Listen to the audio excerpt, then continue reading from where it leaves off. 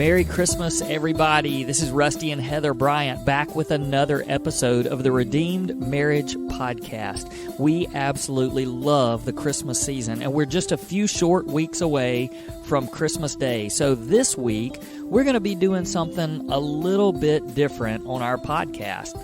For the last several weeks, we've kind of been diving in and unpacking our marriage crisis story from 2011. So it's been a little bit heavy, a little bit deep, but we've really enjoyed that. But we just want to lighten things up a little bit for the next several weeks. And we're going to come to you and we're going to share with you some of our favorite Christmas movies.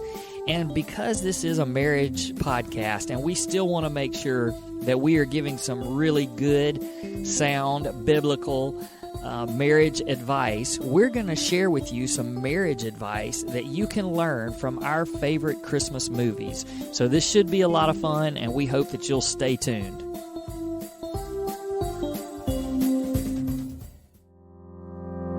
Hey, I'm Rusty. And I'm Heather. And we're the Bryants, and this is the Redeemed Marriage Podcast. We are here to encourage healthy marriages, strengthen wounded marriages, and begin the process of restoration to broken marriages. We aren't licensed counselors, but we are a redeemed couple that loves the Lord and wants to help you journey through this messy, challenging, and fun part of life called marriage.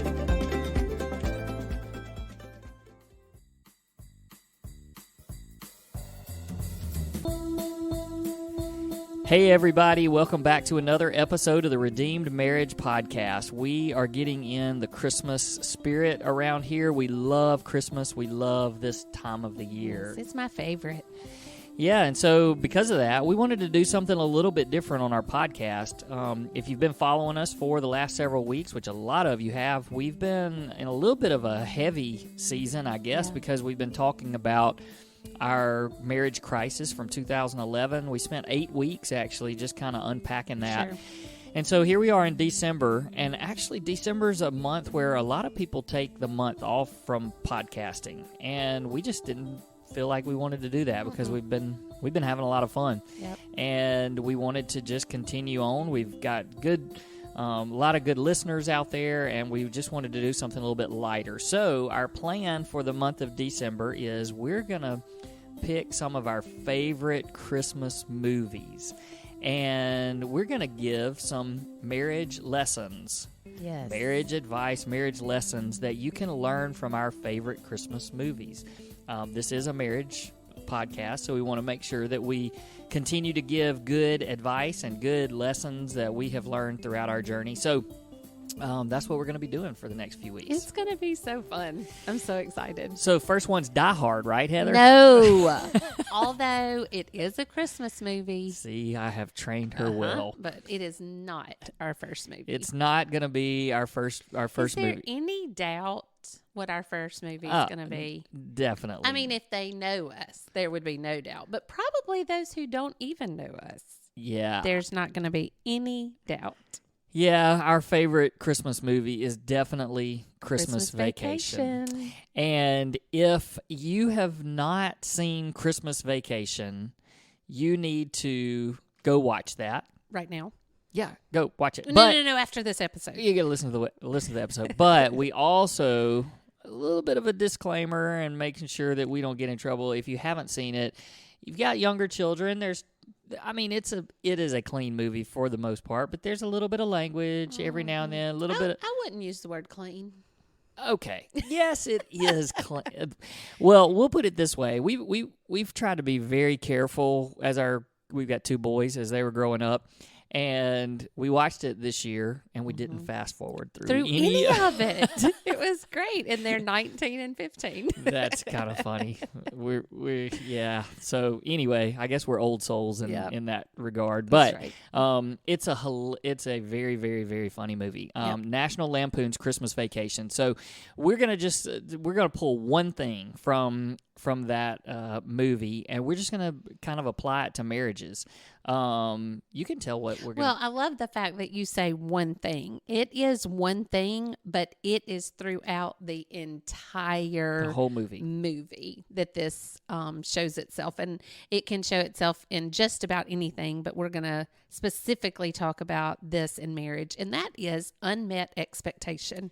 Unmet expectations. So we'll get to the marriage part of it in just a second, but whether you've seen the movie or not, the entire movie is one unmet expectation after another. Not necessarily between Clark Griswold and his wife, although some of it, there is some conflict there, but the tension and the conflict throughout the whole movie is all based on unmet expectation. Yeah. It starts at the very beginning when they're out looking for their tree because he's blown this up in his mind of this big family Christmas, going to get the tree, and everything falls apart. Yep. And then he comes home and he wants to put the lights out. And we've all heard that one because everybody talks about your neighbor when your neighbor decorates like the Griswolds. That's right. But he has this big, huge expectation of how wonderful it's going to be. And to be honest, nobody else in the family cares. They don't care about it, and he puts so much effort into it. And there's others. The family coming in and what that's going to be like. You know, his family comes in, her family comes in, but Cousin Eddie comes in. But then there's such unmet expectations, especially with the kids, because they're complaining because they have to give up their rooms and sleep. It's just that part of it's a mess. And then the dinner. I mean, they have this huge family dinner with these. I mean, everybody's cooked, and then when they bust open the turkey, it's all dry, it's been overcooked, and then of course the big one is that he's expecting this big huge Christmas bonus, and he's already put money down for swimming pool, and he ends up getting a subscription to the Jelly of the Month Club, and you know, it's the gift that keeps on giving all year.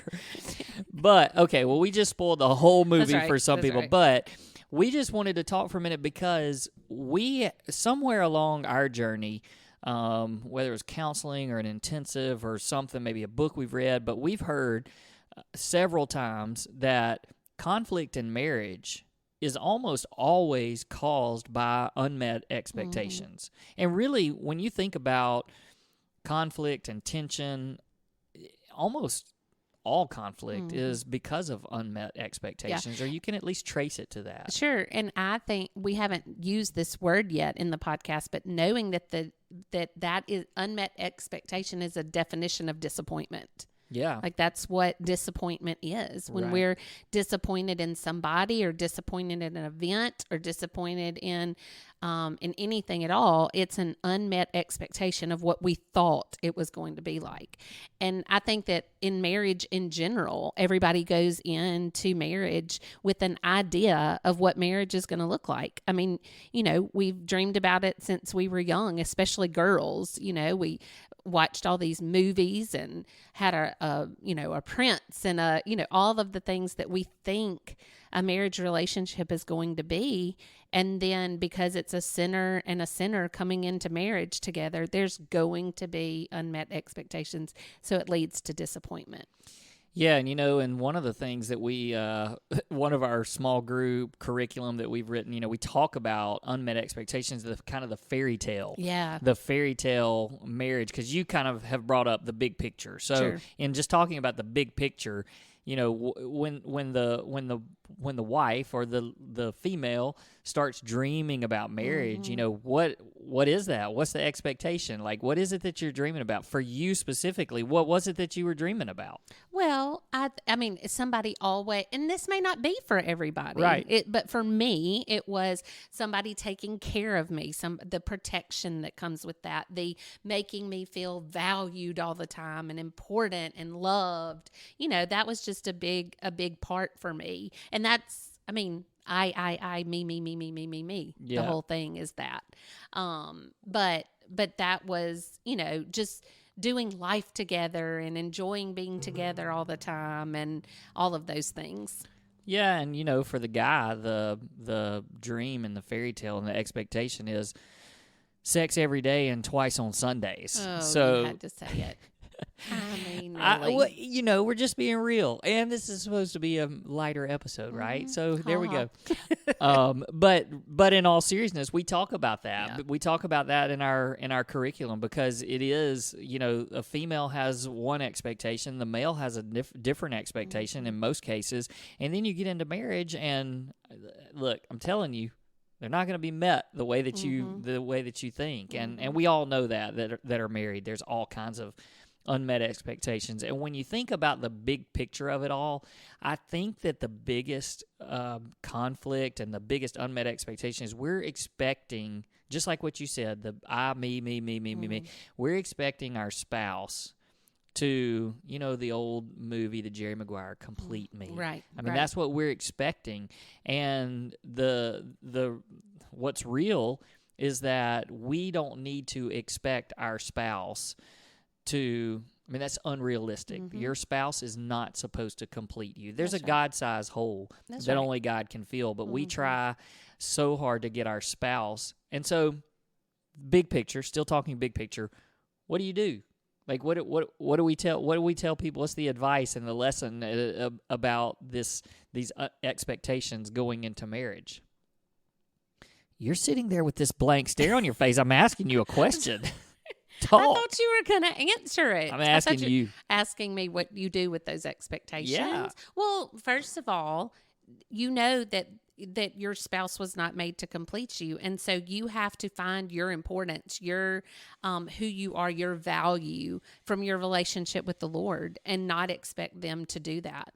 I've often told people, and this was told to me, if you lost everything, if everything was stripped away, is your relationship with the Lord enough? And when you're expecting your spouse to complete you, then your relationship with the Lord is not enough for you. And you're setting them up for failure. And so you got to let them off the hook. Yeah, that's exactly what I was going to say. I think the biggest advice is let your spouse off the hook. Now, Absolutely. That doesn't mean that you don't have high standards and you can't have, everybody needs the high expectations. Sure. There's nothing wrong with that, but you also need to know that your spouse can't meet all That's of your right. needs. And if you're asking them to do that, you're setting them up for failure. Right. Like they're not going to live up to that. Yeah, and one of the greatest things that you can do for your spouse is to let them off the hook in That's that right. area.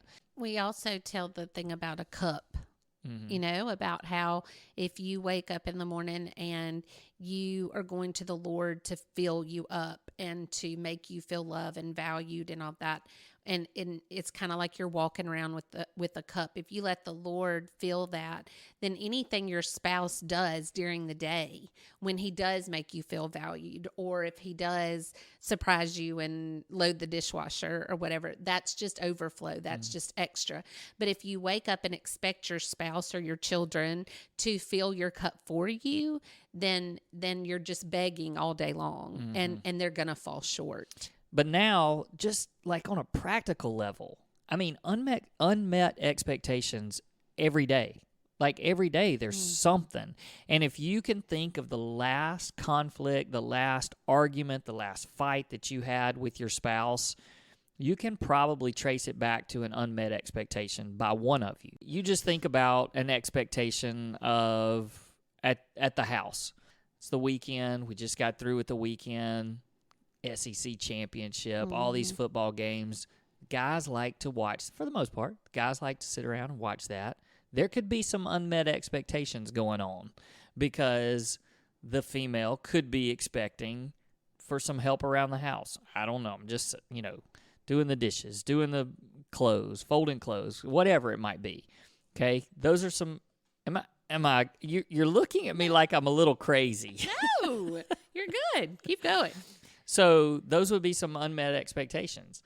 On the flip side of things, I do know that there's a lot of unmet expectations, even on the physical side of things, for the husband and the wife. It could be one or the other, but a lot of times the husband is expecting things on the physical side, and there's just an unmet expectation because nothing is ever said. That's the problem, that there's nothing ever said. And so a lot of times those expectations are not met because the other spouse doesn't even know that they're an expectation. one spouse may really be excited about laying on the sofa watching a movie and just like laying together or sitting together and just enjoying being with one another. And then the other spouse may have completely expected it to lead to something. Yes. And we had someone in our small group say one time, "Are you asking me to cuddle, or is this cuddle with a chance?" I just think that's hilarious. Yep. But you're so right. I mean, that isn't there's just expectations, and one may think one thing, and not just on the physical side of things. We're just talking about the little things in marriage that you're having to deal with all the time. I mean, and that can be with kids too. Like, I expected you to come in and help bathe the kids, or and I shouldn't have to ask you to do that. Right, right. I wanted you to pick up the kids so that I could do this while I was at home, or I mean, there's just so many things, and the problem is that usually it's never spoken, and then it just builds up and festers inside. Yesterday, we were driving with our oldest son. He's 19. He's dating someone, and she's 20. And you got a little bit mad at me about something, and I can't even remember what it was, but we were in the car. It was just the three of us. And whatever happened or whatever was said, you just turned your head and looked out the window, and he said, "Y'all always do that." And he wasn't talking about y'all as in me and you. He was talking about women. And he said, "Y'all always do that. You get mad and you just turn your head out the window and then you don't say anything." And again, it's because there was an expectation that wasn't met, and then you don't want to talk about it. You just want to, and then it just starts building up inside. And I'm telling you guys, we're just not all that smart. You kind of have to tell us, because otherwise we're just going to move right on. And so I would say the advice there is just to communicate. There still needs to be this, let your spouse off the hook, as far as, "I can't believe you didn't read my mind." Yep. And like, see, that's not fair. That's a really, really, really hard one for women, because if we have to tell you to do something to make us feel loved, or say something to make us feel loved, then it doesn't feel as meaningful. And that's something I really had to get over, because if I have to say, "Can you do this for me?" then you're not doing it out of the goodness of your heart or because you want to. But and I can hear myself saying that in the past. But then knowing that it's not that you don't want to, you just didn't think to do it. And so saying, "Hey, it would really mean a lot if you would blah, blah, blah, blah, blah," then that expectation is met because you're willing to do it. You just didn't think to do it. And so I think a lot of times the lack of communication, we have this thought of, well, if I tell him to do it or tell her to do it, then it's not going to mean as much. And so we get in our mind, well, they just don't want to do that. If they, if they wanted to do it, then they would. But it's not that they don't want to. They just didn't think to do it. Right. Yeah. Yeah, I think that goes with just about anything that there's an expectation for. We just don't talk about it, and we don't say it. And then when we do, it's more of a condescending, and it's a, "I can't believe," or "Why didn't you do this?" or you never, that's a word. Never and always. Yeah, you never do this. And, I mean, I can hear, couples out there that say, "You never help with the kids," or you never do the laundry, or and I don't know. I mean, that's never? A strong word. Like never folded up a thing of socks. We have some kids that never fold clothes, but oh my goodness, this isn't parenting, not right now. Not parenting 101. No, I'm not sure we're qualified anyway. Probably not. But anyway, so here's the big takeaway from this. First of all, big picture. I think the big takeaway is that we need to let our spouse off the hook a little bit. Yep. The expectations of completing you, like, you need to know who you are in Christ. God needs to fill the God-sized hole and not expect it to come from somebody else. And then on those little day-to-day things, let's just get better, all of us. I mean, we're talking to ourselves Absolutely. here, but let's get better at communication and, sharing your expectations with your spouse and not sharing them in a condescending, condemning way. It's, hey, this is important to me, and if you would do this or could help me with this, then it would really make me feel loved. And I mean, that's so much different. And, That's right. And most spouses, if they're in the right place, would be able to say, I'd be happy to do that if I know that, rather than you saying, you never. Mm-hmm. It's a big difference. Yep. Big difference. Absolutely. So yeah, big shout out to the Griswolds for helping us with this one and learning what it means to battle the unmet expectations. That's right. But no, that's fun just to pull something from a movie, and we're going to try to do this for the next few weeks, and we're not even going to tell you what the next movie is. You're going to have to stay tuned and tune in next week. And last little bit of housekeeping, so don't turn off your podcast before you hear this. But hey, our podcast has really been growing a lot over the last few weeks, and we are learning how big it is for you to follow our podcast so that it gets, put into your queue of podcasts, and also rating it on whatever platform or leaving a review on whatever platform you listen, because we're on all the different platforms, and however you're listening to this, there's a way for you to rate and review. And so we just ask you to do that because it does help our podcast to get out to more people. So we would appreciate that. But we're excited about the Christmas season. Hope that you are too. We want to wish you a Merry Christmas, and we'll be back next week with another one of our favorite Christmas movies, and we'll share some lessons on marriage with you then. So have a great week.